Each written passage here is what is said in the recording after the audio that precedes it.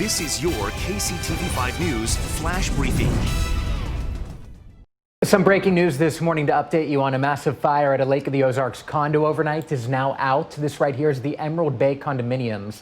Firefighters say no injuries here. Still unclear what sparked the fire, though. We'll update you as soon as more breaking information comes in. And more breaking news we are tracking this morning. Kansas City police are investigating a suspicious death. It happened before 4 o'clock this morning near Independence in Colorado.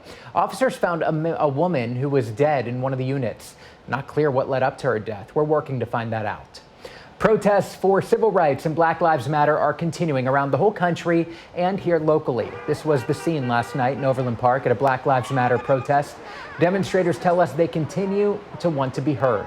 Everybody sees that we support the community, the Black community, and that enough people see it, and then enough change will happen, and eventually Black lives and all of the lives that come with it will matter.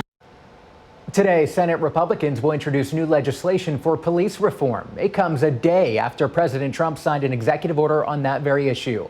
The order bans chokeholds and also seeks to establish a database to track officers with excessive force complaints. And it also calls on departments to deploy social workers when responding to the homeless and those who suffer from mental illness. Americans want law and order. They demand law and order. They may not say it. They may not be talking about it, but that's what they want. This legislation also increases the use of body cameras, and it makes lynching a federal hate crime. It is unclear when the Senate would vote on the Republican bill. Despite the pandemic, the Missouri State Fair will go on, according to Governor Mike Parson. Other county fairs may go on as well. Plans are still in the works, but the fair could look different this year. The pandemic has meant a lot of uncertainty for both local and national fairs, but kids and families have still been working almost every day in preparation. I was just kind of going to be bummed, I guess, if we didn't get to have it, because we put in so much hard work just this year. We will continue to update you on the very latest as new details about potential fair changes due to the pandemic are released.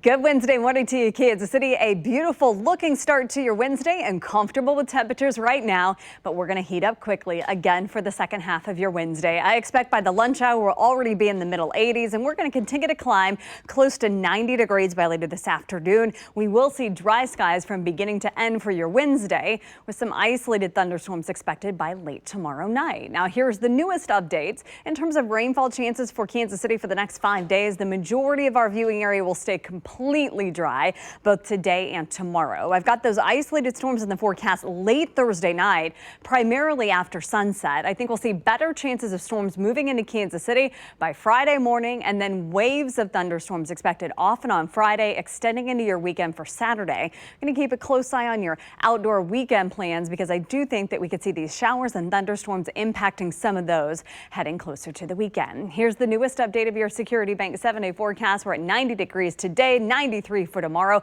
We will get a little break in the heat back into the 80s with storms expected by the end of the work week. Turn to KCTV5 News for the latest updates. This is your personalized flash briefing, because KCTV5 News stands for you.